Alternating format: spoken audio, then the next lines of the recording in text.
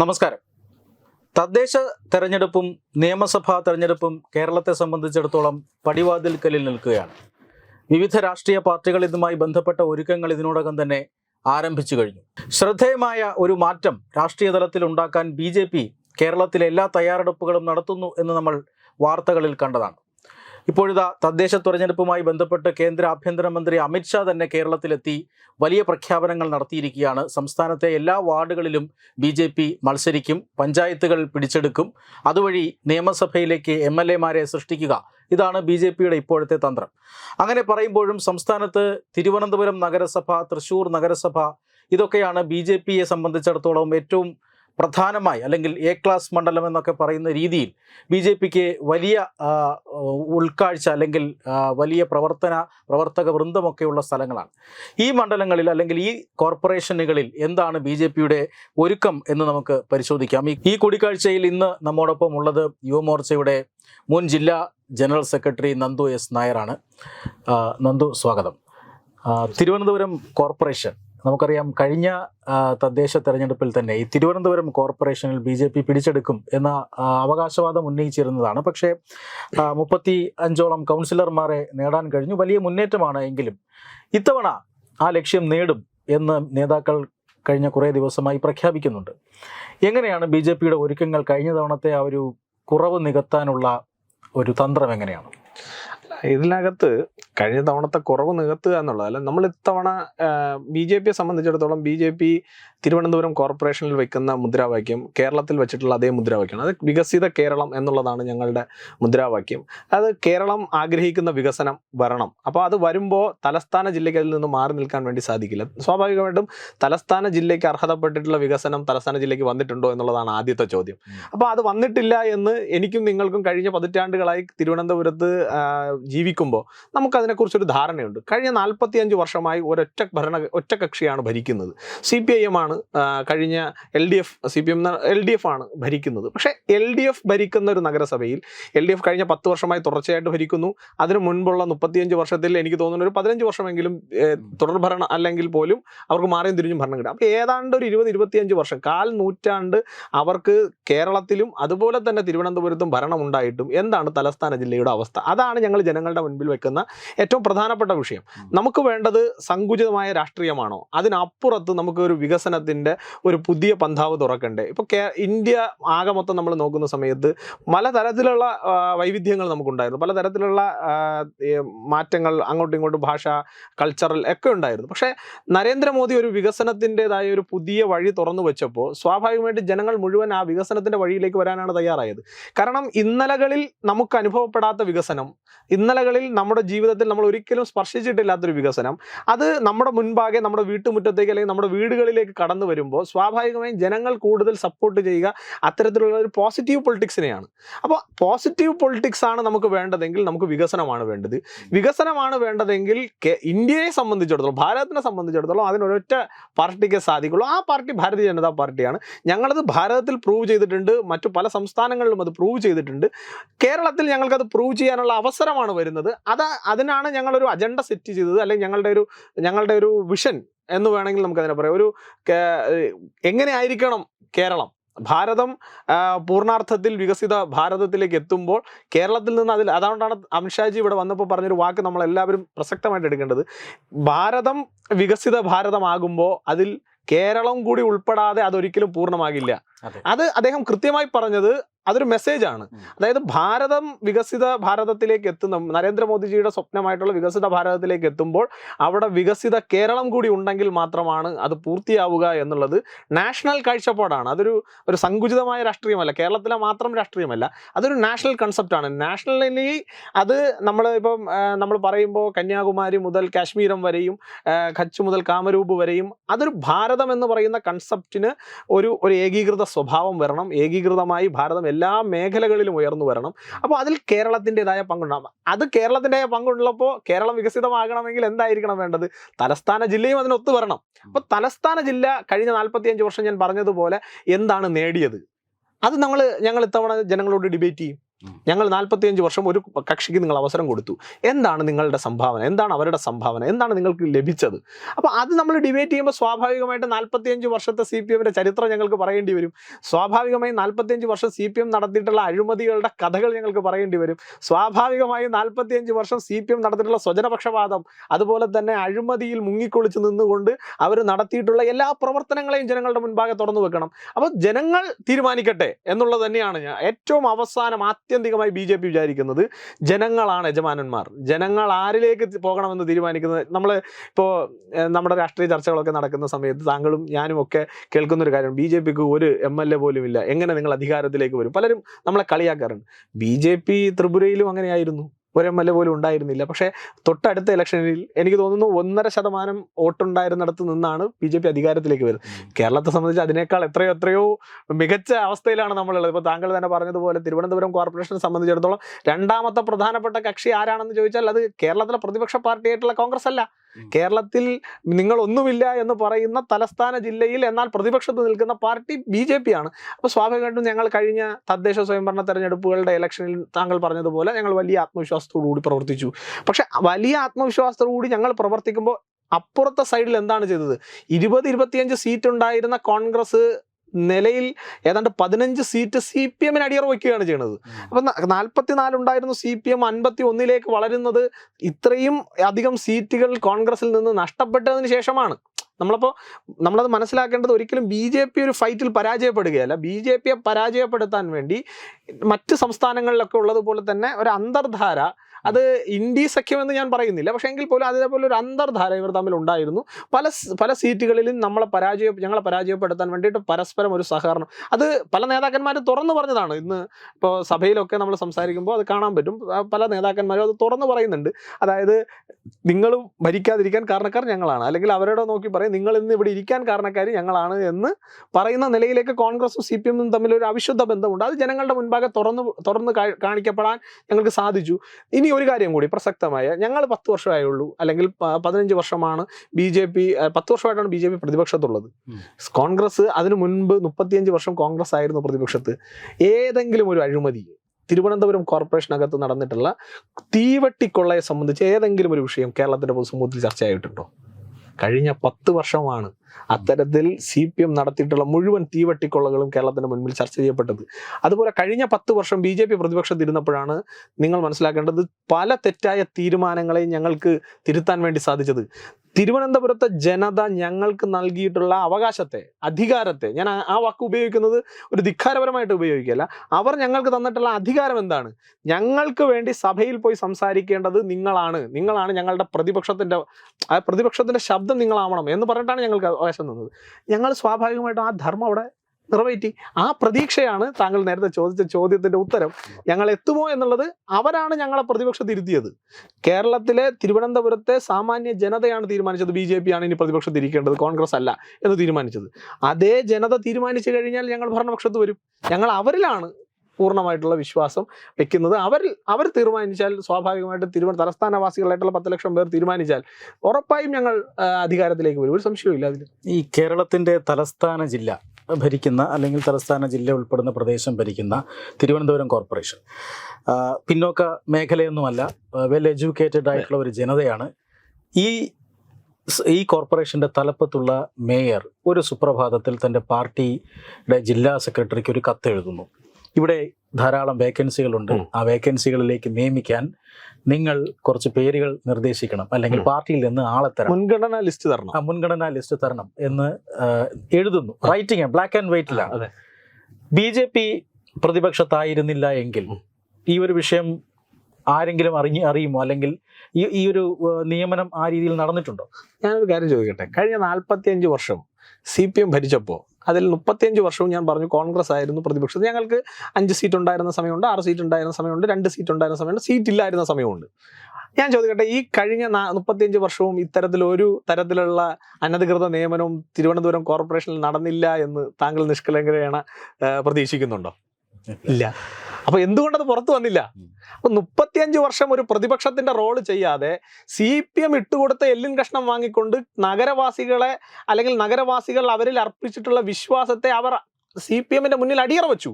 പക്ഷെ BJP സംബന്ധിച്ചിടത്തോളം BJPക്ക് ഞങ്ങളുടെ പാർട്ടിയുടെ തന്നെ നിലപാട് ആദ്യം രാജ്യം, അത് കഴിഞ്ഞാൽ ജനം, അത് കഴിഞ്ഞ് പാർട്ടി, അത് കഴിഞ്ഞിട്ടാണ് സെൽഫ്. അപ്പൊ സ്വാഭാവികമായും ആ പാർട്ടിയുടെ നിലപാട് ഞങ്ങൾ ഉയർത്തിപ്പിടിക്കുന്നിടത്തോളം കാലം ജനങ്ങളുടെ ഒരു വിഷയത്തിൽ ഞാൻ ചോദിക്കട്ടെ, ഇപ്പം ഈ വിഷയം തന്നെ താങ്കൾ പറഞ്ഞ വിഷയം ബ്ലാക്ക് ആൻഡ് വൈറ്റ്, താങ്കൾ പറഞ്ഞല്ലോ ബ്ലാക്ക് ആൻഡ് വൈറ്റ് ആയിട്ട് ഒരു കത്ത് തന്നെ മുന്നിലേക്ക് വന്നു, ജനങ്ങളുടെ മുന്നിൽ ആ സമയത്ത് മേയർ എവിടെയാ? മേയർ ഡൽഹിയിലാണ്. മേയർ എന്ത് പറഞ്ഞിട്ടാ ഡൽഹി പോയത്?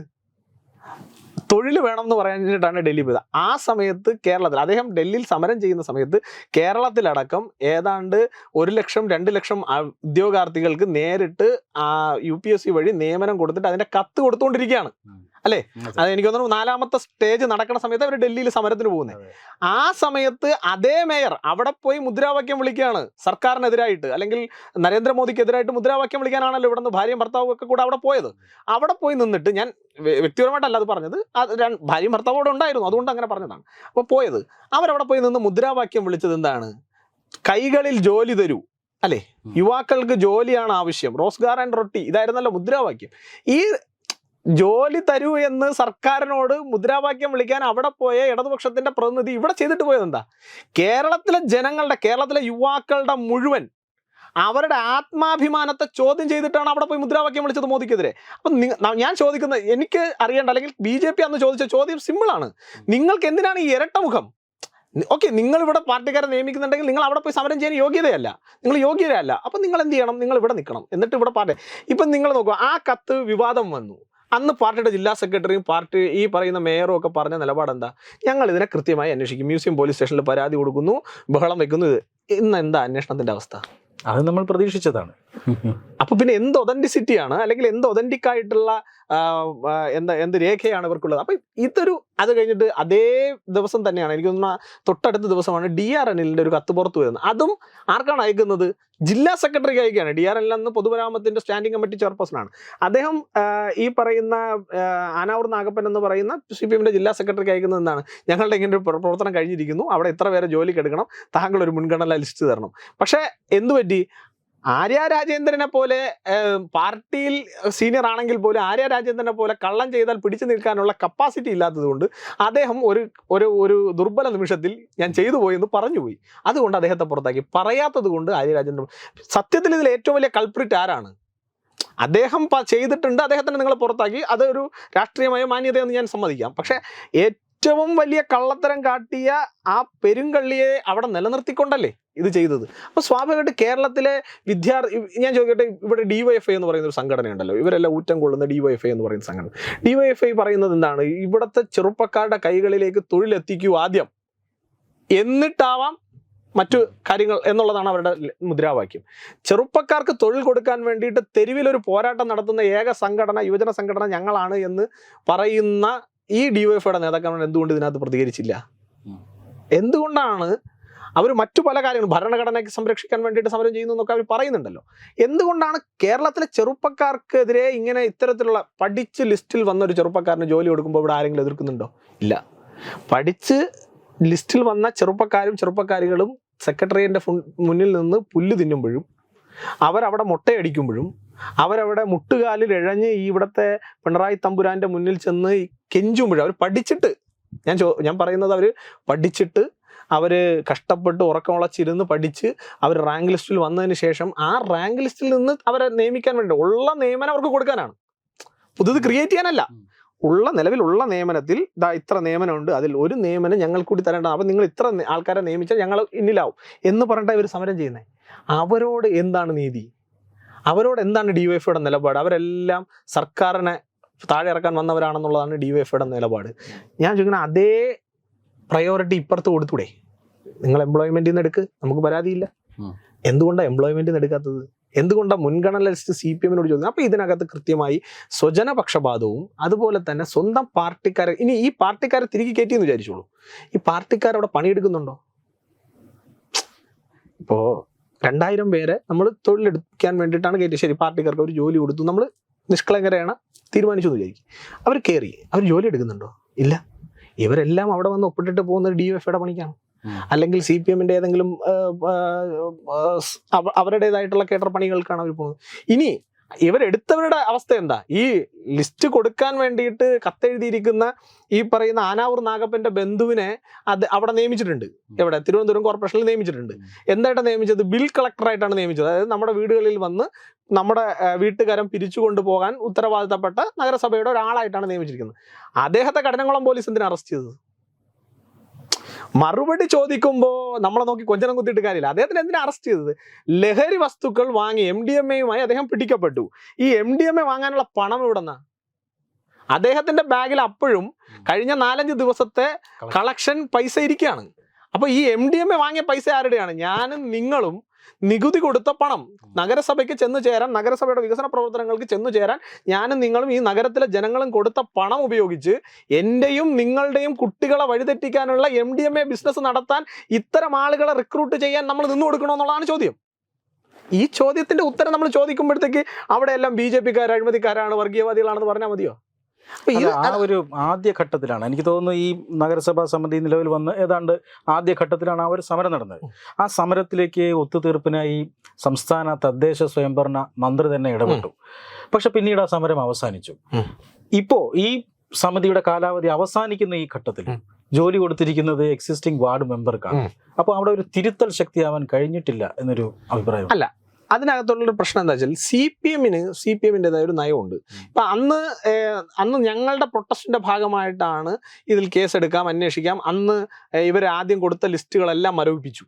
നമ്മൾ അന്ന് അവർ പ്രസിദ്ധീകരിച്ച ലിസ്റ്റുകളെല്ലാം മരവിപ്പിച്ചതിന് ശേഷം നേരിട്ട് എംപ്ലോയ്മെന്റ് എക്സ്ചേഞ്ചിൽ നിന്ന് അവരുടെ ഡീറ്റെയിൽസ് വാങ്ങി അവർക്ക് കാർഡ് അയച്ച് വീണ്ടും ഇന്റർവ്യൂ നടത്തിയിട്ടാണ് അന്ന് നിയമനം നടക്കുന്നത്. അപ്പം ഞങ്ങളെ സംബന്ധിച്ചിടത്തോളം ഞങ്ങൾ ചിന്തിക്കുന്നതാണ്, തദ്ദേശ സ്വയംഭരണ മന്ത്രി ഉൾപ്പെടെയുള്ളവർ ഇടപെട്ടുകൊണ്ട് സംസ്ഥാന സർക്കാർ തന്നെ നേരിട്ട് നിന്നുകൊണ്ട് ഈ വിഷയത്തിൽ പരിഹരിക്കാൻ വേണ്ടിയിട്ട് CPM-ന്റെ ഞങ്ങളുടെ ധാരണ എന്തായിരുന്നു? ഈ കുട്ടിക്ക് അറിയില്ല, മേയർക്ക് ഇതിനെപ്പറ്റി ഇതിന്റെ ഗ്രാവിറ്റി അറിയില്ല, മേയർക്ക് ഇത് ഭരിക്കാനും അറിയില്ല. അപ്പൊ ഈ കുട്ടിയാണ് പ്രശ്നം. അപ്പൊ ഈ കുട്ടിയുടെ ആറ്റിറ്റ്യൂഡ് തിരുത്തി കഴിഞ്ഞാൽ ഇത് ശരിയാവും എന്നുള്ളതാണ് ഞങ്ങളുടെ, താങ്കൾ പറഞ്ഞ പോലെ ആദ്യത്തെ ഒരു കൺസെപ്റ്റ് ഞങ്ങളുടെ അങ്ങനെയാണ്. അപ്പൊ ഞങ്ങൾ ആ സമരം ചെയ്യുമ്പോൾ ഞങ്ങൾ ഉദ്ദേശിക്കുന്നത് എന്താണ്? ഇതിലൂടെ പാർട്ടി ഇവരെ തിരുത്തും. അതിലൊരു പാർട്ടി തിരുത്തി ഇവരെ ഇപ്പൊ ഉന്നതനായിട്ടുള്ള മന്ത്രിമാർ പോലും ഇടപെടുമ്പോൾ സ്വാഭാവികമായിട്ട് ഞങ്ങളെപ്പോലെ ഒരു ഒപ്പോസിഷൻ പാർട്ടി ആഗ്രഹിക്കുന്ന ഞങ്ങളുടെ നേതാക്കന്മാരോട് സംസാരിച്ചതൊക്കെ അങ്ങനെ ആ നിലയ്ക്കാണ്. അപ്പൊ എന്നിട്ട് അവരെന്ത് ചെയ്തു? ആ ലിസ്റ്റ് ക്യാൻസൽ ചെയ്തു. അതിനുശേഷം പുതിയ ലിസ്റ്റ് കൊണ്ടുവന്നു. അത് എംപ്ലോയ്മെന്റ് എക്സ്ചേഞ്ചിൽ നിന്ന് ഞങ്ങൾ പറഞ്ഞ നിർദ്ദേശപ്രകാരം അവർ എംപ്ലോയ്മെന്റ് എക്സ്ചേഞ്ചിൽ നിന്ന് കൊണ്ടുവന്നു. ആ എംപ്ലോയ്മെന്റ് എക്സ്ചേഞ്ചിൽ നിന്ന് അവർ വീണ്ടും ഇന്റർവ്യൂ നടത്തി. ആ ഇന്റർവ്യൂ ബോർഡ് എടുത്ത തീരുമാനം വീണ്ടും അവർ കൗൺസിലിൽ കൊണ്ടുവന്ന് പാസ്സാക്കി. അതൊരു ലീഗൽ പ്രൊസീഡിങ്സിലൂടെ തന്നെയാണ് അവർ കൊണ്ടുപോയത്. പക്ഷെ തൊട്ടടുത്ത് നമ്മൾ മനസ്സിലാക്കുന്ന യാഥാർത്ഥ്യം എന്താണ്?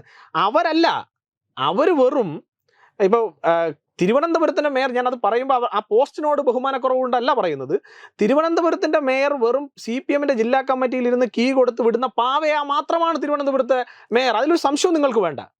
തിരുവനന്തപുരത്തെ CPM-ന്റെ ജില്ലാ കമ്മിറ്റി എന്താണോ പറഞ്ഞ് കീ കൊടുത്ത് വിടുന്നത് അതിനനുസരിച്ച് തിരുവനന്തപുരം കോർപ്പറേഷൻ കൗൺസിൽ ഹാളിലും കോർപ്പറേഷനകത്തും വന്നിരുന്ന് അതിന് കണക്കിന് തുള്ളുന്ന ഒരു പാവ മാത്രമാണ്. അത് ഓരോ ഘട്ടത്തിൽ നമ്മൾ പിന്നീട് അങ്ങോട്ട് പോകുമ്പോഴാണ് ഓരോ ഘട്ടത്തിൽ അത് റിയലൈസ് ചെയ്യുന്നത്. അപ്പോൾ ഇത് കൃത്യമായി CPM-ന്റെ ജില്ലാ കമ്മിറ്റിയുടെ തീരുമാനമാണ്. പക്ഷെ അന്ന് അത്രയും ശക്തമായൊരു പ്രതിഷേധം വന്നപ്പോൾ അവർക്ക് കേരളത്തിലെ തിരുവനന്തപുരത്തെ ഈ സമരത്തിനോട് സന്ധി ചെയ്യേണ്ടി വന്നു. അല്ലെങ്കിൽ അതിൽ ഞങ്ങളുടെ പക്ഷത്ത് ന്യായമുണ്ട് എന്ന് ജനങ്ങൾക്ക് മൊത്തം മനസ്സിലായി കഴിഞ്ഞപ്പോൾ അവർക്ക് സറണ്ടർ ചെയ്യേണ്ടി വന്നു. അവരവിടെ നിന്ന് സറണ്ടർ ചെയ്തതിന് ശേഷം അവരടുത്തെന്താണ് ചെയ്യുന്നത്? അടുത്ത് ചെയ്യുന്നത് ഏറ്റവും അവസാനത്തെ ടേമിൽ, അതിനുശേഷം കുറേ നാളത്തേക്ക് വേക്കൻറ്റ് ചെയ്തിട്ട് ഏറ്റവും അവസാനത്തെ ടൈമിൽ വീണ്ടും അവർക്ക് ആവശ്യമുള്ള കുറച്ച് ഇഷ്ടക്കാരെ കെട്ടണം. അപ്പോൾ അവർ 56 പേരുടെ പുതിയ ലിസ്റ്റ് കൊണ്ടുവന്നു. അപ്പോൾ വീണ്ടും ഇവർ വിചാരിച്ചത് എന്താണ്? ഈസി ആയിട്ട് ഇത്, കാരണം ചെറിയ ലിസ്റ്റാണ്, കൗൺസിലിൽ കൊണ്ടുവന്നില്ല. ഇവർ കൗൺസിലിലേക്ക് കൊണ്ടുവരുന്നില്ല, ഇവർ ബാക്ക് ഡോറിലൂടെ കയറ്റി അത് അവരെ നിയമിച്ചതിന് ശേഷം കൗൺസിലിൽ കൊണ്ടുവരാം. ഇതായിരുന്നു അവരുടെ പ്ലാൻ. പക്ഷെ അവിടെ ഞങ്ങൾ അതിനെ പൊളിച്ചു. ഞങ്ങളത് കൃത്യമായി ആ സാധനം ഞങ്ങൾ അറിയുന്ന സമയത്ത് കോൺഗ്രസ് കമ്മിറ്റിയിലുണ്ട്. കോൺഗ്രസ് ഒന്നും പറഞ്ഞില്ല. ഞങ്ങൾ കൃത്യമായി അത് അറിഞ്ഞ ഉടനെ തന്നെ ആ വിഷയത്തിൽ ഞങ്ങളുടെ നിലപാട് പറഞ്ഞു. ഞങ്ങളുടെ കൗൺസിലർമാർ സമരം ചെയ്തു, കോർപ്പറേഷൻ സെക്രട്ടറിക്ക് പരാതി കൊടുത്തു. ഞങ്ങൾ ഒരു കാരണവശാലും അത് അനുവദിക്കില്ല എന്ന സ്റ്റാൻഡിൽ തന്നെയാണ് ഞങ്ങൾ മുൻപോട്ട് പോയത്. പക്ഷെ അവരുടെ CPM-ന്റെ ഒരു തന്ത്രം എന്ന് പറയുന്നത്, CPM-ന് വീണ്ടും അധികാരത്തിൽ വരണമെങ്കിൽ CPM-ന് ചില സ്ഥലത്ത് CPM-ൻ്റെതായ കേഡറുകളെ പിടിച്ചു നിർത്തണം. അപ്പം അഴിമതിയും സ്വജനപക്ഷപാതവും അല്ലെങ്കിൽ ധൂർത്തും കൊണ്ട് തൊലഞ്ഞു നിൽക്കുന്ന ഒരു നഗരസഭയെ പിടിച്ചു നിർത്താൻ ഇനി പാർട്ടിയിലെ കേഡർമാർ കൂടി ഇല്ലെങ്കിൽ എന്തായിരിക്കും CPM-ന്റെ സാഹചര്യം? അപ്പോൾ CPM എന്ത് ചെയ്തു? നേതാക്കന്മാരെ സംബന്ധിച്ച് പ്രശ്നമില്ല, കാരണം നേതാക്കന്മാർ കറക്കുന്ന ഒരു കറവ പശുവാണ് തിരുവനന്തപുരം കോർപ്പറേഷനിലെ ഏത് വർക്കുകൾ നിങ്ങൾ നോക്കിയാലും, ഏത് പരിപാടികൾ നിങ്ങൾ നോക്കിയോളൂ, അതിലൊക്കെ CPM-ൻ്റെ ഒരു പ്രധാനപ്പെട്ട ജില്ലാ നേതാവിൻ്റെയോ അല്ലെങ്കിൽ ഏരിയ നേതാവിൻ്റെയോ ഒരു പ്രധാനപ്പെട്ട ആളുടെ ബിനാമി ആയിരിക്കും ആ പരിപാടികൾ നടത്തുന്നത്. അതിൻ്റെ കാശിൻ്റെ ഒരു നല്ല ഭാഗവും ആർക്ക് കിട്ടുന്നുണ്ട്? ഈ CPM എന്ന് പറയുന്ന പാർട്ടിയുടെ നേതാക്കന്മാർക്ക് കിട്ടുന്നുണ്ട്. CPM 2 ജില്ലാ കമ്മിറ്റികൾ ഓട്ടിക്കുന്ന പൈസ തിരുവനന്തപുരം കോർപ്പറേഷൻ എന്ന് പറയുന്ന കറവ പശുവിൽ നിന്ന് ഊറ്റിയെടുക്കുന്നത് തന്നെയാണ്. അതിൽ സംശയവും നിങ്ങൾക്ക് വേണ്ട. അപ്പോൾ സ്വാഭാവികമായി ഞാൻ പറഞ്ഞത്, അവരെ സംബന്ധിച്ചിടത്തോളം അവർ തിരുത്തുന്നില്ല എന്നുള്ളത് കേരളത്തിലെ ജനങ്ങൾ അറിയേണ്ട കാര്യമാണ്, തിരുവനന്തപുരത്തെ തലസ്ഥാനവാസികൾ അറിയേണ്ട കാര്യമാണ്. ഇനി ഞാനൊരു വിരോധാഭാസം നിങ്ങൾ നോക്കും, വേറെ ഏത് രാജ്യത്ത് ഇങ്ങനെ നടക്കും, വേറെ ഏത് സംസ്ഥാനത്ത് ഇങ്ങനെ നടക്കും? അത് ഈ ഒരു എക്സിസ്റ്റിംഗ് കൗൺസിലാണ്, അവരാണ് ഇതിൻ്റെ ഇൻ്റർവ്യൂ ബോർഡിൽ ഇരിക്കേണ്ട ആൾക്കാർ. ആ ആള് അവർ തന്നെ ഇൻ്റർവ്യൂ ചെയ്ത് അവർ തന്നെ നിയമിക്കുന്ന ഒരു വിരോധാഭാസം ഇന്ത്യയിൽ വേറെ ഒരു സ്ഥലത്തും നടക്കുമെന്ന് ഞാൻ വിശ്വസിക്കുന്നില്ല. അപ്പോൾ അത് നടക്കുന്നതെന്ന് പറഞ്ഞാൽ അവരുടെ ഒരു ഓവർ കോൺഫിഡൻസ് ആണ്. എല്ലാ കാലത്തും ഇത് ഞങ്ങളുടേതാണ്, ഇത് ഞങ്ങളുടേത് മാത്രമാണ്, ഇത് ഞങ്ങളുടെ കുടുംബ സ്വത്താണ് എന്ന ധാരണയിൽ CPM നടത്തുന്ന ഒരു ഇതാണ്. സ്വാഭാവികമായിട്ട് അതിൻ്റെ മറുപടി, അതിൻ്റെ റിയാക്ഷൻസ് സ്വാഭാവികമായും ഉണ്ടാവും. അതുണ്ടാവും എന്നുള്ള കാര്യത്തിൽ തർക്കമൊന്നും വേണ്ട. ഈ നാട്ടുകാരടയ്ക്കുന്ന കരം അത് കാണാതെ പോയ സംഭവം, SC ഫണ്ട് തട്ടിപ്പ്, ഇങ്ങനെ ധാരാളം അഴിമതികൾ ഈ ഭരണസമിതി കാലത്ത് പുറത്തു വന്നിട്ടുണ്ട്. അതെല്ലാം നമ്മൾ പല ഘട്ടങ്ങളിലായി ചർച്ച ചെയ്തിട്ടുമുണ്ട്. പക്ഷേ തലസ്ഥാനത്ത് ഈ മാലിന്യ പ്രശ്നമടക്കമുള്ള ജനങ്ങൾ നേരിടുന്ന മറ്റൊരു പ്രശ്നമുണ്ട്. തമിഴ്നാട്ടിലെ ഒരു കുഗ്രാമത്തിൽ കൊണ്ടുപോയി ഇവിടുത്തെ തിരുവനന്തപുരത്തെ മാലിന്യം കൊണ്ട് തള്ളുക, അവർ കൈയോടെ പിടിച്ച് അതേപോലെ ഹൈക്കോടതി വാരിക്കൊണ്ട് പോകാൻ പറയുക, ഇവിടെ ആൾക്കാർ പോയി അത് PR ആക്കുക. അത്ര ഗതികെട്ടൊരു സ്ഥലത്താണ് നമ്മൾ, അത്ര ഗതികെട്ടൊരു ഭരണത്തിന് കീഴിലാണ് നമ്മൾ ഉള്ളത് എന്നുള്ളത് നമുക്ക് തന്നെ അപമാനമാണ് എന്നുള്ള കാര്യത്തിൽ തർക്കമില്ല. ഞാൻ ഇതിനകത്തൊരു പ്രശ്നം എന്താ അറിയുമോ, ഇത് ഞാൻ പറഞ്ഞല്ലോ 45 വർഷമായിട്ട് ഈ തരത്തിലുള്ള ഒരു ദുർഭരണം ഇവിടെ നടക്കുന്നു. ഇന്നത്തെ പൊതുവിദ്യാഭ്യാസ മന്ത്രി ശിവൻകുട്ടി, അദ്ദേഹം മന്ത്രിയായിരുന്ന സമയത്ത്, മേയറായിരുന്ന സമയത്ത് അദ്ദേഹം കുറേ ഡബ്ബകൾ വാങ്ങിച്ച് തിരുവനന്തപുരത്തിലെ പല ഭാഗത്തായിട്ട് വെച്ചു. എനിക്കൊന്നും ഞാനൊക്കെ കുഞ്ഞായിരുന്ന സമയത്താണ് അതൊക്കെ നടക്കുന്നത്. അപ്പോൾ ആ ഡബ്ബകൾ വാങ്ങി വെച്ചു. എന്തായിരുന്നു അവരുടെ നിലപാട്? വികേന്ദ്രീകൃത മാലിന്യ സംസ്കരണം നടത്താൻ വേണ്ടിയിട്ടാണ് അങ്ങനെ ചെയ്തത്, അല്ലേ? അല്ലെങ്കിൽ അത് എല്ലാം കൂടി എടുത്ത് വിളപ്പിൽശാലയിൽ കൊണ്ടും തട്ടും. വിളപ്പിൽശാലയിലെ ഈ പറയുന്ന ചവർ ഫാക്ടറി അല്ലെങ്കിൽ ഈ മാലിന്യ ഇത് ചെയ്യുന്ന ഫാക്ടറിയുടെ ടോട്ടൽ ഇതെന്താ, അതിൻ്റെ കപ്പാസിറ്റി എന്താ? 45 ടണ്ണാണെന്നാണ് ഞാൻ മനസ്സിലാക്കുന്നത്. ഒരു ദിവസം തിരുവനന്തപുരത്ത് എത്ര ടൺ, അല്ലെങ്കിൽ തിരുവനന്തപുരത്ത് എത്ര ടൺ മാലിന്യം ഉൽപ്പാദിപ്പിക്കപ്പെടുന്നു? ഞാൻ മനസ്സിലാക്കുന്നത് ഏതാണ്ട് 250 ടണ്ണോളം ഉൽപ്പാദിപ്പിക്കപ്പെടുന്നു എന്നാണ്, പെട്ടിരുന്നു എന്നാണ്. അപ്പോൾ ഈ 50 ഏക്കർ അല്ലെങ്കിൽ 60 ഏക്കർ അല്ലെങ്കിൽ 100 ഏക്കർ സ്ഥലത്ത് വിളപ്പിൽശാലയുടെ ഒരു ഭാഗത്ത് ഇത്രയും വലിയൊരു മാലിന്യ പ്ലാന്റ് നമ്മൾ നിർമ്മിക്കുമ്പോൾ സ്വാഭാവികമായിട്ടും നമുക്കൊരു, ആരാണോ നിർമ്മിക്കുന്നത് ആ തദ്ദേശ സ്വയംഭരണ സ്ഥാപനത്തിനോ അല്ലെങ്കിൽ അതിൻ്റെ ആ പോസ്റ്റ് വഹിക്കുന്നയാൾക്കോ ഒരു എന്തുണ്ടാവണം, ഒരു വിഷൻ ഉണ്ടാവണം. ഇത് ഇത്രയും നമുക്ക് അവിടെ ചെയ്യാൻ സാധിക്കുമോ? അപ്പോൾ ഇവിടെ കൊണ്ടുപോകുന്നതിൽ അപ്പോൾ സ്വാഭാവികമായിട്ട് അത് അവിടെ ചെന്ന് ഡംപാവുമ്പോൾ അതിൻ്റേതായിട്ടുള്ള ബുദ്ധിമുട്ടുകൾ സമീപവാസികൾക്കുണ്ടാവും. അപ്പോൾ സ്വാഭാവികമായിട്ട് എത്ര നാൾ ഇത് നടത്തിക്കൊണ്ടുപോകാൻ സാധിക്കും? ഇതെല്ലാം ആര് ചിന്തിക്കണം? ഇത് ആരാണോ ഈ പ്രവർത്തനം നടത്താൻ ഇറങ്ങുന്നത് ആളെന്ന് ചിന്തിക്കണം. അപ്പോൾ ശിവൻകുട്ടി തുടങ്ങി വെച്ചിട്ടുള്ള ഒരു അജണ്ടയാണ്. ശിവൻകുട്ടി ചെയ്തതെന്ന് പറഞ്ഞാൽ അവിടെ കൊണ്ടുവന്ന് ഡംപ് ചെയ്തു. എന്ത് സംഭവിച്ചു? കുറച്ച് കഴിഞ്ഞപ്പോൾ അവിടെ ജനങ്ങൾക്ക് അത് ബുദ്ധിമുട്ട് വന്നപ്പോൾ ജനങ്ങൾ ജനകീയ പ്രക്ഷോഭത്തിലേക്ക് വന്നു. ജനകീയ പ്രക്ഷോഭം നടത്തി എന്ത് സംഭവിച്ചു? നമ്മുടെ ഒരു മാലിന്യ പ്ലാന്റ് പൂട്ടി എന്നുള്ളത് മാത്രമല്ല, തിരുവനന്തപുരത്ത് ഒരു സ്ഥലത്തും ഇനി നമുക്കൊരു കേന്ദ്രീകൃത മാലിന്യ പ്ലാന്റ് പ്രവർത്തിപ്പിക്കാൻ സാധിക്കില്ല. പറ്റുമോ? ജീവിതത്തിൽ പറ്റില്ല. അപ്പോൾ ഒരു കേന്ദ്രീകൃത മാലിന്യ പ്ലാന്റ് എന്ന തിരുവനന്തപുരത്തിൻ്റെ അടിയന്തരമായ ആവശ്യം, ആ ആവശ്യം ഇനി ഒരു കാലത്ത് നിറവേറ്റാൻ സാധിക്കാത്ത രീതിയിലേക്ക് ജനങ്ങളുടെ കോൺഫിഡൻസിനെ കൊന്നു കളഞ്ഞു. ഞാൻ ആ നിലയ്ക്കാണ് അതിനെ കാണുന്നത്. ജനങ്ങളുടെ കോൺഫിഡൻസ് അത് മേയർ ആര്യ രാജേന്ദ്രനോ VK പ്രശാന്തോ അല്ലെങ്കിൽ അതിനു മുന്നേ ഇരുന്ന ആൾക്കാരോ മാത്രമല്ല, അതൊരു 45 വർഷത്തെ പ്രോസസ്സാണ്.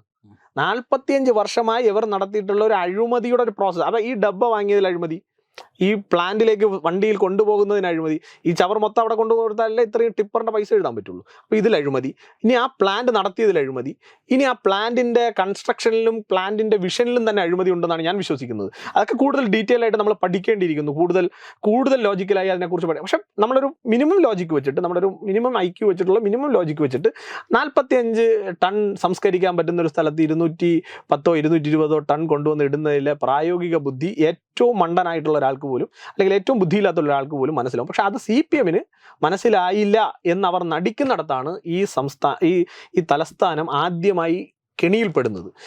പിന്നെ അതിനുശേഷം നടന്നിട്ടുള്ളത് എന്താ? ഇപ്പം താങ്കൾ പറഞ്ഞൊരു ഇൻസിഡൻറ്റ് നമ്മൾ തമിഴ്നാട്ടിൽ കൊണ്ട് കളഞ്ഞ കാര്യത്തെക്കുറിച്ചാണ്.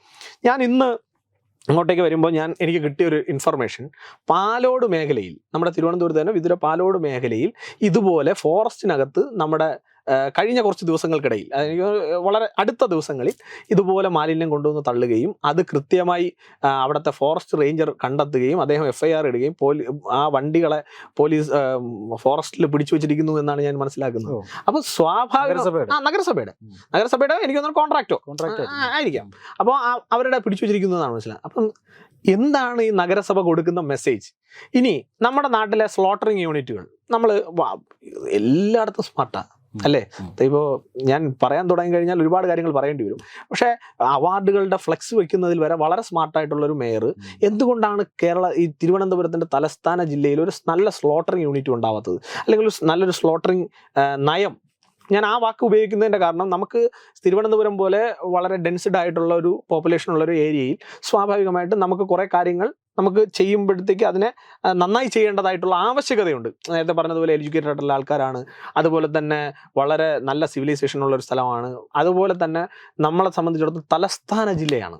അതാണ് ഏറ്റവും പ്രധാനം. കാരണം നമ്മുടെ കേരളത്തിലെ 14 ജില്ലകളിൽ നിന്നും ആൾക്കാർ ദൈനംദിനം പല ആവശ്യങ്ങൾക്കും വന്നിറങ്ങുന്ന ഒരു സ്ഥലം എന്നുള്ള നിലയിൽ അവർക്ക് ഏറ്റവും നല്ല സെക്യൂരിറ്റി സംവിധാനങ്ങൾ, അവർക്ക് ഏറ്റവും നല്ല അഡ്മിനിസ്ട്രേഷൻ സൗകര്യങ്ങൾ, അവർക്ക് ഏറ്റവും നല്ല റോഡുകളുടെ ഫെസിലിറ്റീസ്, അവർക്ക് ഏറ്റവും നല്ല ആരോഗ്യ ഫെസിലിറ്റീസ്, ഇതെല്ലാം പ്രൊവൈഡ് ചെയ്യേണ്ട ഒരു നഗരസഭയാണ് തലസ്ഥാന നഗരസഭ.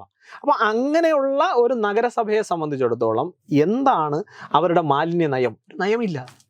ഇപ്പോൾ അവർ പറഞ്ഞ കിച്ചൺ ബിന്നുകൾ ഞങ്ങൾ വെച്ചു അല്ലേ? കിച്ചൺ ബിന്നിലെ അഴിമതിയെക്കുറിച്ച് ഞങ്ങൾ പറഞ്ഞതാണ്. അതായത് 1800 രൂപയാണ് ഒരു യൂണിറ്റ് കിച്ചൺ ബിന്നിന് ഇവർ കൊടുത്തിരിക്കുന്നത്. ഞാൻ ചോദിക്കട്ടെ, ഇപ്പോൾ ഞാനും ചേട്ടനും കൂടി ഒരു ബിസിനസ് സംസാരിക്കുന്നു, വളരെ പേഴ്സണലി ഞാൻ ചോദിക്കാം. അപ്പം ബിസിനസ് സംസാരിക്കുന്നു. ഇപ്പം ചേട്ടൻ എന്നോട് പറയണം 1800 രൂപയ്ക്ക് ഞങ്ങളൊരു യൂണിറ്റ്, ആ ഡബ്ബ അറിയാമല്ലോ, ഞാൻ പറഞ്ഞിട്ടുണ്ടല്ലോ കിച്ചൺ ബിന്നിനെ കുറിച്ച്. അപ്പോൾ എന്നെ കേൾക്കുന്ന, ഇപ്പം നിങ്ങളിലൂടെ എന്നെ കേൾക്കുന്ന ആൾക്കാർക്ക് മനസ്സിലാവുക കാര്യം. അപ്പോൾ 1800 രൂപയാണ്. 1800 രൂപ തന്നെ അതിന് ഒരു വിലയായിട്ട് ഇടാൻ പറ്റില്ല. എന്നാലും ഓക്കെ, നമ്മുടെ നഗരസഭ പറഞ്ഞുകൊണ്ട് നമുക്കതിനെ ഒരു വാദത്തിന് എടുത്തിട്ട് ഞാൻ ചോദിക്കുന്നത്, 10,000 യൂണിറ്റ് അല്ലെങ്കിൽ 20,000 യൂണിറ്റ് വാങ്ങുമ്പോൾ സ്വാഭാവികമായിട്ട് ഈ വിലയിലൊരു മാറ്റം ഉണ്ടാവണ്ടേ? അതെ, മാറ്റം ഉണ്ടായിട്ടില്ല. അപ്പോൾ ഈ വിലയിൽ മാറ്റം ഉണ്ടാവരുത് എന്ന് ആര് തീരുമാനിച്ചു? നഗരസഭയിലെ ഭരണസമിതി തീരുമാനിച്ചു. ഈ മാറ്റം ഉണ്ടാവുക മാത്രമല്ല, ഈ വില തന്നെ അമിതമാണ്. വില അമിതമാണ്, വിലയിൽ ഒരു ബാർഗനിങ് നടന്നിട്ടില്ല. ഇതിൻ്റെ ഫണ്ട് കൊടുത്തിരിക്കുന്നത് എങ്ങനെയാണ്? VK പ്രശാന്ത് എന്ന് പറയുന്ന മേയർ ബ്രോയാണ് ഈ ഫണ്ട് കൊടുക്കുന്ന കാലത്ത് മേയറായിട്ടുള്ളത്. അന്ന് 44 കൗൺസിലർമാരുടെ പിന്തുണ മാത്രമേ ആർക്കുള്ളൂ? LDFിനുള്ളൂ. അന്ന് 35 BJPയും ബാക്കി കോൺഗ്രസുമാണ്. അപ്പോൾ സ്വാഭാവികമായിട്ട് സഭയിൽ കൊണ്ടുവന്നു കഴിഞ്ഞാൽ കോൺഗ്രസിന് ഒന്നുമില്ലെങ്കിലും നമ്മളെ കൂടെ നിൽക്കേണ്ടി വരും. കാരണം എന്ന് പറഞ്ഞാൽ പാസ്സാക്കാൻ സാധിക്കില്ല എന്നുള്ളൊരു സാഹചര്യം ഉണ്ട് അവിടെ. അപ്പോൾ അവരെന്ത് ചെയ്തു? 7 മാസം കഴിഞ്ഞിട്ടാണ് ഈ ബില്ല് കൊടുത്ത കഥയും കൊണ്ട് ഈ കിച്ചൺ ബിന്നിൻ്റെ ബില്ല് മാറിയ കഥയും കൊണ്ട് കൗൺസിലിലേക്ക് വരുന്നത്. അതായത് ഈ കിച്ചൺ ബിൻ പ്രൊവൈഡ് ചെയ്ത കമ്പനി ആ ചെക്ക് മാറി ആ സാമ്പത്തികം അവൻ്റെ അക്കൗണ്ടിലേക്ക് പോകുന്നത് വരെ മേയർ പ്രശാന്ത് എന്ന് പറയുന്ന, ഇന്ന് തലസ്ഥാനത്തെ പലരും പറയുമല്ലോ അഴിമതിരഹിത ഒരു മുഖമുള്ള, വയനാട്ടിൽ അന്ന് ദുരന്തം വന്നില്ലായിരുന്നെങ്കിൽ ഈ പറയുന്ന മേയർ ബ്രോ ഉണ്ടാവില്ല. അത് വേറൊരു കാര്യം. അപ്പോൾ ആ സമയത്ത് അഴിമതിരഹിത മുഖമുണ്ട് എന്ന് ഇന്നും പറയുന്ന ഈ മേയർ ബ്രോയാണ് ഈ കിച്ചൺ ബിന്ന് തട്ടിപ്പ് നടക്കുമ്പോൾ അതിൻ്റെ മുഖ്യ സൂത്രധാരൻ. അപ്പോൾ സ്വാഭാവികമായും അതിനെക്കുറിച്ച് മറുപടിയില്ല. ഇനി ഞാൻ പറഞ്ഞതുപോലെ ഇന്ന് എന്തുകൊണ്ടാണ് ജോയിക്ക് മരിക്കപ്പെടേണ്ടി വന്നത്? മാരായമുട്ടം സ്വദേശിയായിട്ടുള്ള ജോയ് എന്ന് പറയുന്ന കൂലിപ്പണിക്കാരൻ എന്തുകൊണ്ടാണ് മരണപ്പെടേണ്ടി വന്നത്? ഞാനും നിങ്ങളും അതിൽ കുറ്റവാളിയാണ്. അല്ല, നമ്മൾ അങ്ങനെ ആ സെൻസിലാണ് ഒരു പൊതുപ്രവർത്തകൻ അല്ലെങ്കിൽ ഒരു പൊതുജന വിഷയത്തിൽ ഇടപെടുന്ന ഒരാൾ അതിനെ കാണേണ്ടതെന്നാണ് ഞാൻ മനസ്സിലാക്കുന്നത്. അല്ലെങ്കിൽ ഞാൻ അങ്ങനെയാണ് വിശ്വസിക്കുന്നത്. കാരണം നമ്മുടെ നല്ല സ്ലോട്ടറിങ് യൂണിറ്റ്സ് ഉണ്ടായിരുന്നുവെങ്കിൽ, അതിന് ലൈസൻസ്ഡ് ആയിട്ടുള്ളൊരു സംവിധാനം ഉണ്ടായിരുന്നുവെങ്കിൽ സ്വാഭാവികമായും എന്ത് സംഭവിക്കും? ഈ സ്ലോട്ടറിങ് യൂണിറ്റിൽ ഉണ്ടാകുന്ന വേസ്റ്റുകളെ എടുത്തുകൊണ്ട് പോകാനും അതിനെ സംസ്കരിക്കുന്നതിനും ഒരു സംവിധാനം ഇവിടെ ഉണ്ടാവുമായിരുന്നു.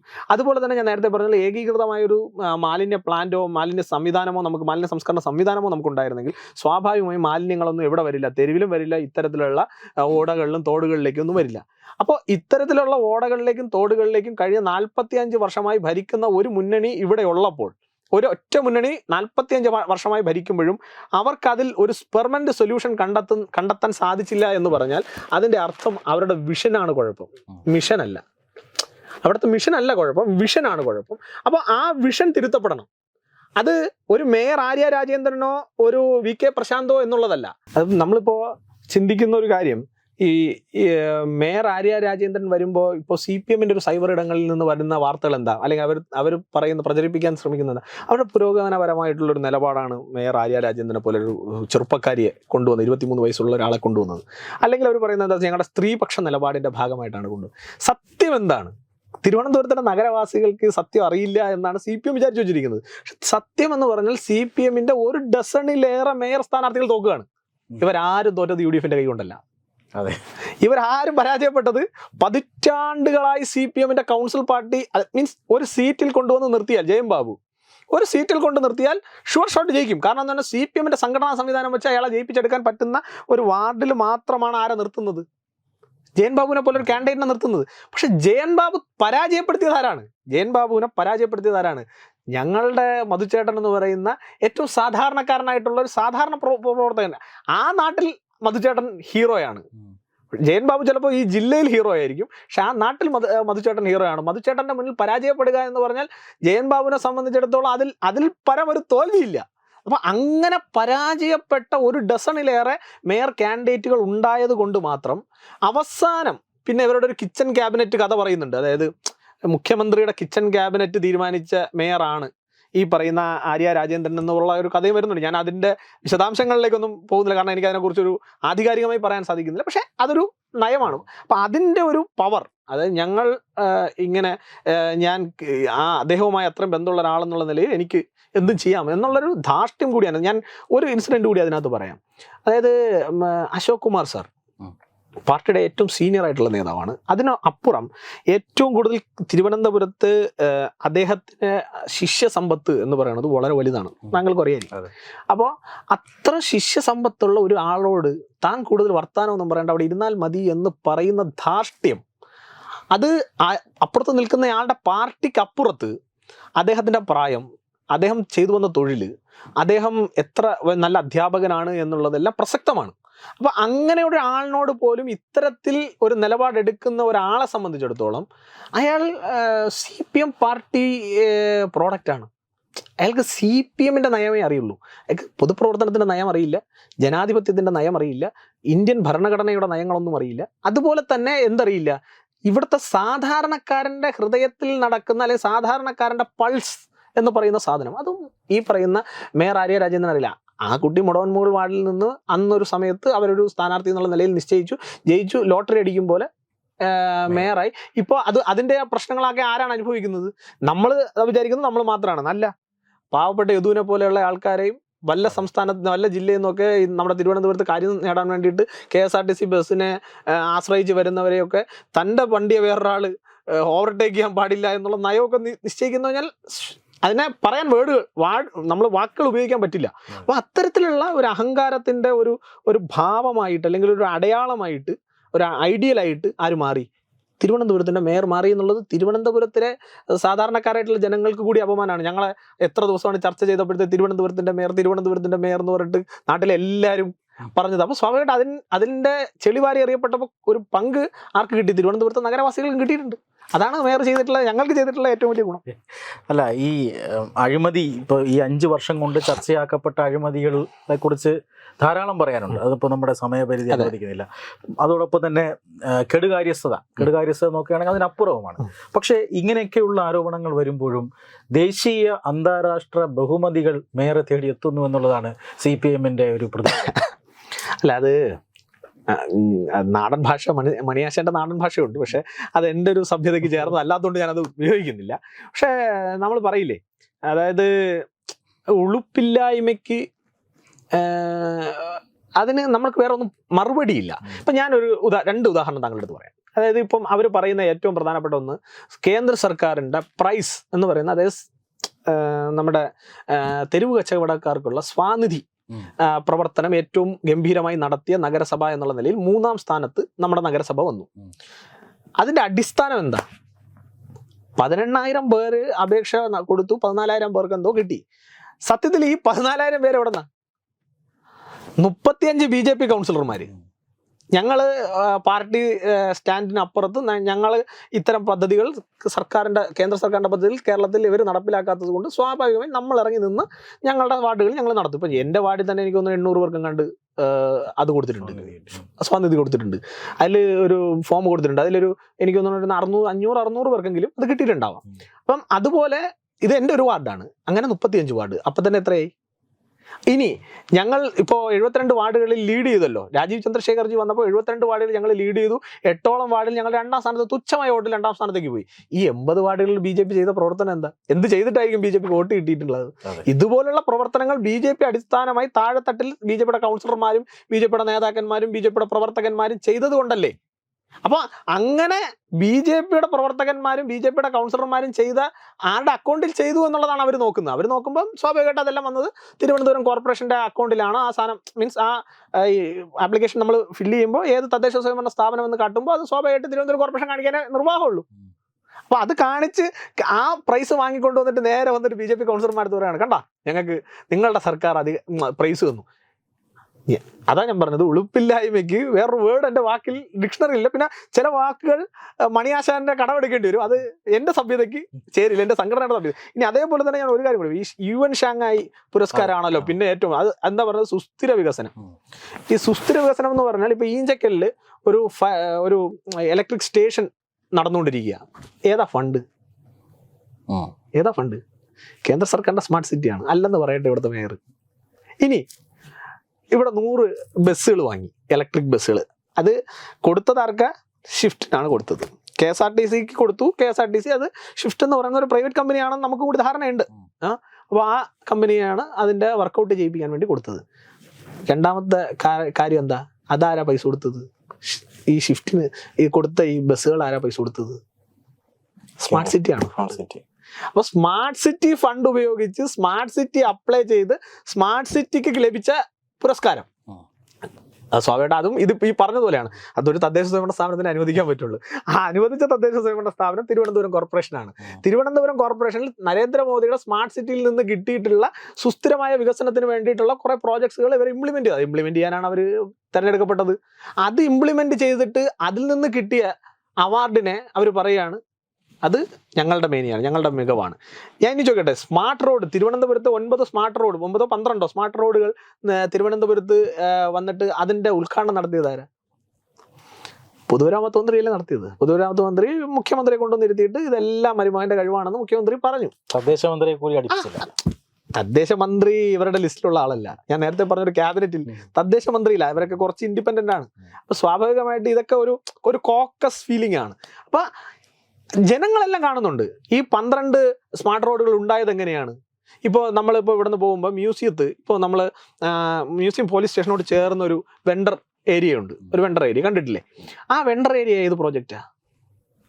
Smart city പ്രോജക്റ്റാ.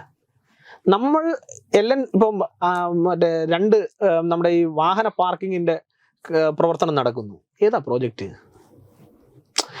തിരുവനന്തപുരം നഗരസഭയുമായി ബന്ധപ്പെട്ട് തിരുവനന്തപുരം നഗരസഭയുടെ ഭരണകർത്താക്കൾ പറയുന്ന എല്ലാ പ്രോജക്റ്റും, ഒരു 99% പ്രോജക്റ്റും തിരുവനന്തപുരം കോർപ്പറേഷന്റെ ഭരണാധികാരികളുടെ ആശയമല്ല. അത് സ്മാർട്ട് സിറ്റി എന്ന് പറയുന്ന നരേന്ദ്രമോദി സർക്കാരിന്റെ അവരുടെ വിഷൻ ഓഫ് ഡെവലപ്മെന്റ്. അതാണ് ഞാൻ നേരത്തെ പറഞ്ഞത്. മിഷൻ അല്ല, വിഷനാണ് പ്രധാനം. വിഷൻ ഓഫ് ഡെവലപ്മെന്റിന്റെ ഭാഗമായിട്ട് അതാണ് ഞങ്ങൾ പറഞ്ഞത്. ആ വിഷനാണ് ഞങ്ങൾ പറയുന്നത് വികസിത കേരളം. രാജീവ് ചന്ദ്രശേഖർജി BJPയുടെ സംസ്ഥാന അധ്യക്ഷനായപ്പോൾ എല്ലാവരും ചോദിച്ച ചോദ്യം എന്താ? നിങ്ങൾ എന്തിനാണ് ഇവിടെ വന്നത്? നിങ്ങൾ കേന്ദ്രമന്ത്രി ആയിരുന്ന ആളാണ്. നിങ്ങൾക്ക് വലിയ രീതിയിലുള്ള ഈ പോസ്റ്റുകൾ എവിടെ കിട്ടും? മന്ത്രിസ്ഥലത്തിൽ കിട്ടാൻ സാധ്യതയുണ്ട്, അല്ലെങ്കിൽ ക്യാബിനറ്റിന് പുറത്തായാൽ പോലും ഗവൺമെന്റിൽ തന്നെ നല്ല നല്ല പോസ്റ്റുകളുണ്ട്. അതുമല്ലെങ്കിൽ എന്താണ്, താങ്കൾ നാഷണൽ സ്പോക്സ്മാൻ ആയിരുന്ന ആളാണ്. സ്വാഭാവികമായിട്ട് താങ്കൾക്ക് നാഷണൽ ജനറൽ സെക്രട്ടറി വരെയുള്ള വലിയ വലിയ പോസ്റ്റുകൾ, അല്ലെങ്കിൽ നാഷണൽ പ്രസിഡന്റ് വരെയുള്ള വലിയ വലിയ പോസ്റ്റുകൾ ഈ പാർട്ടിക്കകത്ത് ഇന്ന ആൾക്കെ കൊടുക്കുള്ളൂ എന്നുള്ളതല്ല. ഈ പാർട്ടിയുടെ ഏറ്റവും സാധാരണക്കാരനായ ഒരു പ്രവർത്തകനും നാഷണൽ പ്രസിഡന്റ് വരെ ആകാൻ പറ്റുന്ന ഒരു പാർട്ടിയാണ് BJP. അപ്പൊ അങ്ങനെ അവസരങ്ങൾ ഉണ്ടല്ലോ, എന്തുകൊണ്ട് താങ്കൾ അത്തരത്തിൽ പ്രവർത്തിച്ചില്ല എന്ന് പല കോണിൽ നിന്നും ചോദ്യം വന്നു. അപ്പോൾ അദ്ദേഹം പറഞ്ഞ മറുപടി, എന്നെ എൻ്റെ പ്രധാനമന്ത്രി നിയോഗിച്ചത് കേരളത്തിലേക്ക് പോകാനാണ്, അല്ലെങ്കിൽ എന്നെ എൻ്റെ ദേശീയ അധ്യക്ഷൻ നിയോഗിച്ചത് കേരളത്തിലേക്ക് പോകും. ഞാനിവിടെ വന്നത് നേതാവാവാനല്ല. ആ വാക്കുകളൊക്കെയാണ് നമ്മൾ ഉപയോഗിക്കേണ്ടത്, നമ്മൾ ശ്രദ്ധിക്കേണ്ടത്. ഞാനിവിടെ വന്നത് നേതാവാവാനല്ല, നേതാക്കളെ സൃഷ്ടിക്കാനാണ്. കൃത്യമായിട്ട് അദ്ദേഹം ചെയ്യുന്ന പ്രോസസ്സ് അതാണ്. നമ്മളിപ്പോൾ നോക്കിക്കോളൂ, അദ്ദേഹം എല്ലാ സമരത്തിൻ്റെ മുന്നിൽ വന്ന് നിൽക്കുന്നില്ല. അദ്ദേഹം എല്ലാ ലീഡേഴ്സിനും ഓരോരോ കാര്യങ്ങൾ അസൈൻ ചെയ്തുകൊണ്ട് ആ ലീഡേഴ്സിനെ കൊണ്ട് ആ കാര്യങ്ങളെല്ലാം ഭംഗിയാക്കുകയാണ്. എന്നിട്ട് അതിൻ്റെ മൊത്തം കോർഡിനേഷൻ, അതിൻ്റെ മൊത്തം ഒരു ഓവർവ്യൂ എന്ന് പറയുന്ന ഒരു ഡാഷ്ബോർഡ് ശ്രദ്ധിക്കുന്ന, ആ കൃത്യമായ കാര്യങ്ങളെ മോണിറ്റർ ചെയ്യുന്ന ഒരു ലീഡർ എങ്ങനെയായിരിക്കണം, ആ മോണിറ്ററിംഗ് ആണ് രാജീവ് ചന്ദ്രശേഖർജിയുടെ ഭാഗത്തു നിന്ന് ഇപ്പോൾ ഉണ്ടായിക്കൊണ്ടിരിക്കുന്നത്. അപ്പോൾ അദ്ദേഹം ആദ്യം തന്നെ വെച്ചത് നമുക്കൊരു ഗോൾ വേണം അല്ലേ, നമ്മളൊരു ലക്ഷ്യത്തിലേക്ക് നടന്ന്. നരേന്ദ്രമോദിജി ആദ്യമായി പ്രധാനമന്ത്രി കാൻഡിഡേറ്റ് ആയി. അന്ന് അദ്ദേഹത്തിനോട് എല്ലാവരും ചോദിച്ചു, എന്താ താങ്കളുടെ നിലപാട്, താങ്കൾ ഒരു തീവ്ര ഹിന്ദുത്വ നിലപാടെടുക്കാൻ പോകുന്നു എന്നൊക്കെ കുറേ കാര്യങ്ങൾ ചോദിച്ചു. അപ്പോൾ അദ്ദേഹം പറഞ്ഞത് എൻ്റെ ഇപ്പോഴത്തെ നിലപാട് 272+. അതായത് കേവല ഭൂരിപക്ഷം ഉള്ള, ഒറ്റയ്ക്ക് കേവല ഭൂരിപക്ഷമുള്ള ഒരു പാർട്ടിയായി BJP വളരുക, ഇതാണ് എൻ്റെ ലക്ഷ്യം. അദ്ദേഹം കൃത്യമായ ഗോൾ സെറ്റ് ചെയ്തു. എനിക്ക് തോന്നുന്നു 8-9 മാസം മുന്നേ, 6-7 മാസം മുന്നേ അദ്ദേഹം ആ ഗോൾ സെറ്റ് ചെയ്തു. ആ ഗോളിലേക്ക് അദ്ദേഹം പ്രവർത്തകരുടെ മുഴുവൻ എനർജിയെ ഫോക്കസ് ചെയ്യിപ്പിച്ചു. എന്നിട്ട് ആ ഗോളിലേക്ക് മുഴുവൻ ഐക്യകണ്ഠേന നമ്മൾ ഒരുമിച്ച് നടന്ന് ആ ഗോളിലേക്ക് നമ്മൾ ഹിറ്റ് ചെയ്തു. അതുകൊണ്ടാണ് ഞങ്ങൾ ആ ഇലക്ഷൻ കഴിയുമ്പോൾ 281 എന്ന് പറയുന്ന മാജിക് നമ്പറിലേക്ക് ഞങ്ങൾ വന്നത്. അതുപോലെ തന്നെയാണ് ശ്രീ നരേന്ദ്രമോദിജിയുമായിട്ടും അതുപോലെ തന്നെ അമിത്ഷാജിയുടെയും ക്യാബിനറ്റിൽ വർക്ക് ചെയ്തിട്ടുള്ള ഒരു എക്സ്പീരിയൻസ്. ആ എക്സ്പീരിയൻസിൻ്റെ, ആ അനുഭവ സമ്പത്തിൻ്റെ കൂടി അടിസ്ഥാനത്തിലായിരിക്കണം അദ്ദേഹം ഇത്തരത്തിലൊരു ഗോൾ സെറ്റ് ചെയ്തു. എന്നിട്ട് പ്രവർത്തകരുടെ മുഴുവൻ എനർജിയും ആ ഗോളിലേക്കാണ് അദ്ദേഹം പോയിന്റ് ചെയ്തത്. അദ്ദേഹം പറഞ്ഞു, മറ്റൊന്നിലേക്ക് നിങ്ങളെ ശ്രദ്ധ പോകണ്ട, നിങ്ങളുടെ ശ്രദ്ധ എന്താണ്, 2026 വികസിത കേരളം യാഥാർത്ഥ്യമാവണം. അപ്പോൾ വികസിത കേരളത്തിന് ഒരു ടീം വേണം. അദ്ദേഹത്തിൻ്റെ ടീമിനിട്ട പേര് BJPയുടെ ഭാരവാഹി പട്ടിക പ്രഖ്യാപിച്ചു എന്നല്ല ഇപ്പം ഒരു സോഷ്യൽ മീഡിയ പേജുകളിലും വരുന്നത്. വികസിത ടീം, അത് ചിലപ്പോൾ ജില്ലകളിൽ പ്രഖ്യാപിക്കുന്നത്, മണ്ഡലത്തെ പ്രഖ്യാപിക്കുന്നത്, അല്ലെങ്കിൽ സംസ്ഥാന തലത്തിൽ പ്രഖ്യാപിക്കുന്നത്, എല്ലാത്തിൻ്റെ പേരെന്താണ്, വികസിത കേരളം. ആ ടീം വർക്കാണ് BJPയെ സംബന്ധിച്ചിടത്തോളം ആ ഗോളിലേക്ക് ചെന്നെത്താനുള്ള ഒരു പിൻ പോയിന്റ്. അപ്പം അതാണ് ഞങ്ങളുടെ ലക്ഷ്യം. ഞങ്ങൾ ആ ലക്ഷ്യം സെറ്റ് ചെയ്തു, ഞങ്ങൾ മുന്നോട്ട് പോകുന്നു. ഇപ്പം താങ്കൾ പറഞ്ഞതുപോലെ അഴിമതിയും കെടുകാര്യസ്ഥതയ്ക്കും ഒപ്പം തന്നെ ഇത്തരത്തിലുള്ളൊരു വികസനത്തിൻ്റെ ആസ്പെക്ട് നമ്മൾ മുന്നോട്ട് വയ്ക്കുന്നത് കൊണ്ടാണ് അവരുടെ നെഗറ്റീവ് പറയുക എന്നുള്ളത് മാത്രമല്ല പൊളിറ്റിക്സ് അല്ലേ. ഇപ്പോൾ താങ്കളുടെ കുറ്റം പറയുന്ന ആളല്ല ഞാൻ, ആവേണ്ട ആളല്ല ഞാൻ. താങ്കളുടെ കുറ്റം പറയുമ്പോൾ അതിൻ്റെ റെമഡി കൂടി എൻ്റെ കയ്യിലുണ്ടാവണം, അതിനൊരു പരിഹാരം കൂടി എൻ്റെ കയ്യിലുണ്ടാവണം. കൃത്യമായ ആ പരിഹാരത്തിലേക്ക് ഞാൻ നേരത്തെ പറഞ്ഞതുപോലെ വികസിത കേരളം എന്ന് പറയുന്നത് ഇതിൻ്റെ റെമഡിയാണ്. വികസിത കേരളം സൃഷ്ടിക്കപ്പെടുമ്പോൾ സ്വാഭാവികമായിട്ട് വികസിത തിരുവനന്തപുരം ഉണ്ടായിരിക്കണം. ഇപ്പം അമിത്ഷാജി പറഞ്ഞതുപോലെ വികസിത ഭാരതം ഉണ്ടാകുമ്പോൾ സ്വാഭാവികമായിട്ട് എന്തുണ്ടാവണം, അത്യന്താപേക്ഷിതമായിട്ടുള്ള ഘടകമാണ് വികസിത കേരളം. അപ്പം അതുപോലെ വികസിത കേരളം സൃഷ്ടിക്കപ്പെടണമെങ്കിൽ അതിന് വികസിത തിരുവനന്തപുരം ഉണ്ടാവണം. വികസിത തിരുവനന്തപുരത്തിൽ നഗരസഭയുടെ അടിസ്ഥാന സൗകര്യങ്ങൾ മാർക്ക് ചെയ്യപ്പെടണം, അത് നടപ്പിലാക്കപ്പെടണം. അതിൻ്റെ അടിസ്ഥാന തത്വങ്ങളിൽ ഒരു വിഷണറി ആയിട്ടുള്ള ഒരു അഡ്മിനിസ്ട്രേഷണൽ ലെവൽ ഉണ്ടാവണം. അതുപോലെ തന്നെ വിഷണറിലായിട്ടുള്ള ഒരു നല്ല ലീഡർഷിപ്പ് വരണം. ഇപ്പം ഇതെല്ലാം ചെയ്യണമെങ്കിൽ എന്ത് വേണം, ഒരു നല്ല ലീഡർഷിപ്പ് വേണം. അത് ഇപ്പം നിങ്ങൾ നോക്കൂ, CPMൻ്റെ ഒരു ലീഡർഷിപ്പിൻ്റെ വിഷൻ എന്താണെന്നുള്ളത് നമുക്ക് എല്ലാവർക്കും അറിയാം. അത് അഴിമതിയും സ്വജനപക്ഷപാതവും കെടുകാര്യസ്ഥതയും ഇതൊക്കെയാണ്. പക്ഷെ BJPയുടെ വിഷണറി ലീഡർഷിപ്പിൻ്റെ ഏറ്റവും ഉദാത്തമായ പ്രയോറിറ്റി ലൈൻ ആരാധനായിട്ടുള്ള അല്ലെങ്കിൽ ഏറ്റവും പ്രയോറിറ്റി ടോപ്പ് ഹോട്ട് സ്പോട്ട് എവിടെയാണ്? ആരാധനായിട്ടുള്ള പ്രധാനമന്ത്രിയാണ്. അദ്ദേഹം പറയുന്ന ഏത് വിഷയത്തെ നിങ്ങൾ എടുത്തോളൂ, അദ്ദേഹം 5 വാക്ക് സംസാരിക്കുമ്പോൾ അതിൽ 3 വാക്കും വികസനത്തെ പറ്റിയായിരിക്കും, 2 വാക്കായിരിക്കും മറ്റെന്തെങ്കിലും വിഷയങ്ങൾ ചർച്ച ചെയ്യപ്പെടുന്നത്. അപ്പോൾ ആ ഒരു ലക്ഷ്യത്തിലൂടെയാണ് ഞങ്ങൾ നടന്നു പോകുന്നത്. അതിന് ഞങ്ങളുടെ ടീം, വികസിത കേരളം ടീമിനെ നയിക്കുന്ന ഇപ്പോൾ രാജീവ് ചന്ദ്രശേഖർജി ആയാലും, അത് മുൻ സംസ്ഥാന അധ്യക്ഷന്മാർ ആയാലും, അതുപോലെ തന്നെ ഈ ടീമിലോട്ടുള്ള ഓരോ ഭാരവാഹികളായാലും, ഇവരെല്ലാവരും ഒരു യുണീക്ക് അല്ലെങ്കിൽ ഒരു പോയിന്റിലേക്കാണ് യാത്ര ചെയ്യുന്നത്. ആ ഗോൾ കേരളത്തിൻ്റെ മൊത്തത്തിലുള്ള മുഖച്ഛായ മാറ്റാൻ, കേരളത്തിലെ മൊത്തത്തിലുള്ള ഒരു ആസ്പെക്ട്സ് മാറ്റാൻ കഴിയുന്ന ഒരു ടീമാണ്. അപ്പോൾ സ്വാഭാവികമായും ഞങ്ങൾ പ്രതീക്ഷിക്കുന്നതിനപ്പുറം, ഞാൻ താങ്കളോട് സ്വകാര്യമായി സംസാരിച്ച സമയത്തും പറഞ്ഞു, അത് ഞങ്ങൾ പ്രതീക്ഷിക്കുന്നതിനപ്പുറം കേരളത്തിലെ ജനങ്ങൾ പ്രതീക്ഷിക്കുന്നുണ്ട് ഈ വികസിത ടീമിനെ. അപ്പോൾ സ്വാഭാവികമായും കേരളത്തിലെ പ്രതീക്ഷകളെ ഞങ്ങൾക്ക് കയ്യിലെടുത്ത്, അല്ലെങ്കിൽ അവരുടെ പ്രതീക്ഷകളെ ഞങ്ങൾക്ക് ഹൃദയത്തിൽ ചേർത്തുകൊണ്ട് വികസിത കേരളത്തിലേക്ക് എടുക്കാൻ സാധിക്കുന്നുണ്ട് എങ്കിൽ സ്വാഭാവികമായും തിരുവനന്തപുരത്ത് ഒരു ചേഞ്ച് ഓഫ് പൊളിറ്റിക്സ് ഉണ്ടാവണ്ടേ, ഒരു ഡെവലപ്മെൻറ്റ് പൊളിറ്റിക്സ് ഉണ്ടാവണ്ടേ, ഒരു അഡ്മിനിസ്ട്രേറ്റീവ് ലെവലിൽ ഒരു നല്ല ലീഡർഷിപ്പ്, ഒരു വിഷണറി ലീഡർഷിപ്പ് ഉണ്ടാവണ്ടേ.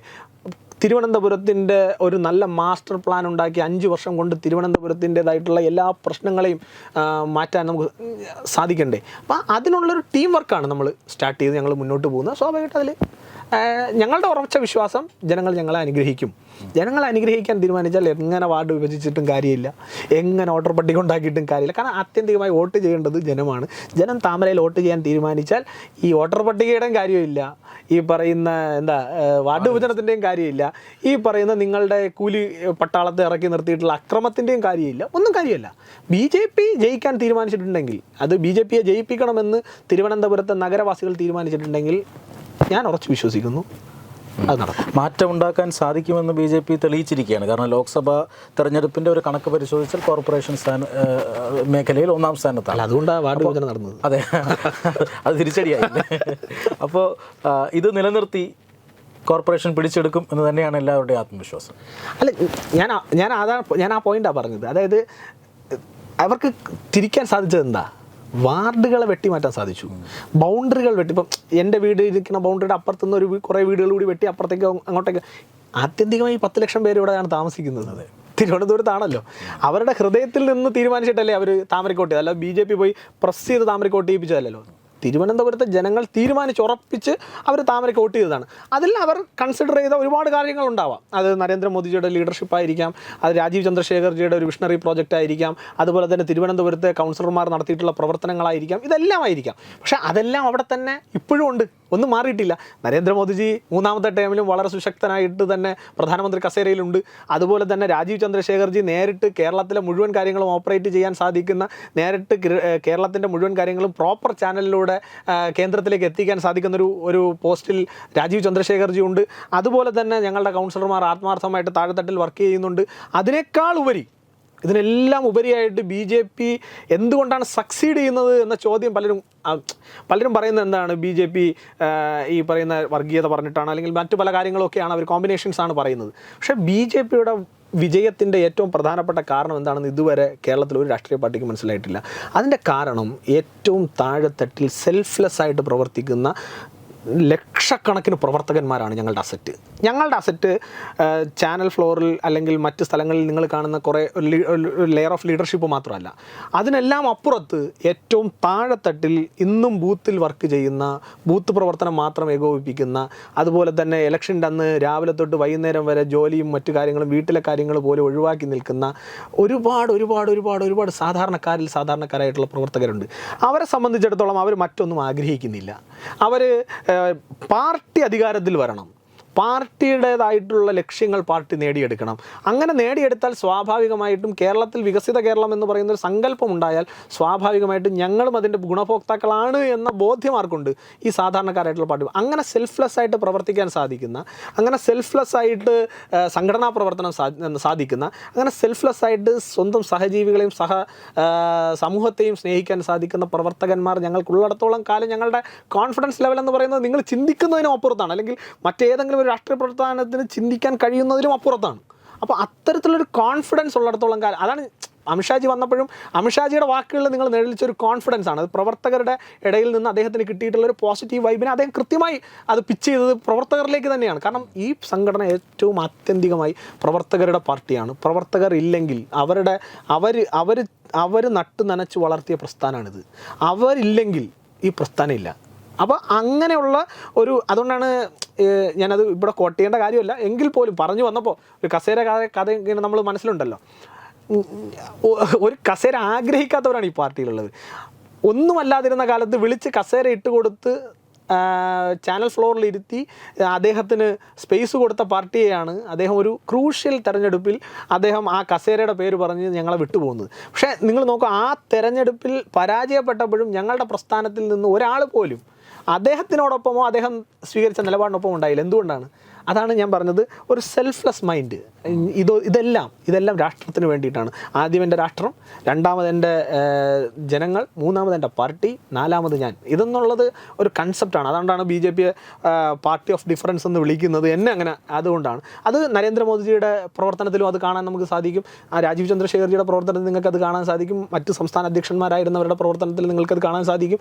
അതുപോലെ തന്നെ കേരളത്തിലെ ഏത് BJP നേതാവിൻ്റെയും പ്രവർത്തനത്തിൽ നിങ്ങൾക്കത് കാണാൻ സാധിക്കും. അല്ലെങ്കിൽ BJPയുടെ ഒരു ഐഡൻറ്റിറ്റി തന്നെ അത്തരത്തിൽ സെൽഫ്ലെസ് ആയിട്ടുള്ളൊരു പ്രവർത്തനമാണ്. ആ പ്രവർത്തനം ജനങ്ങൾക്കിടയിൽ എത്രത്തോളം ശക്തമായി ഞങ്ങൾക്ക് ചെയ്യാൻ സാധിക്കുന്നോ അത്രയും ശക്തമായി ദൃഢമായി ഞങ്ങൾ ചെയ്യും. ഞങ്ങൾ ഹൃദയം കൊണ്ടാണ് അവരെ സ്വീകരിക്കുന്നത്.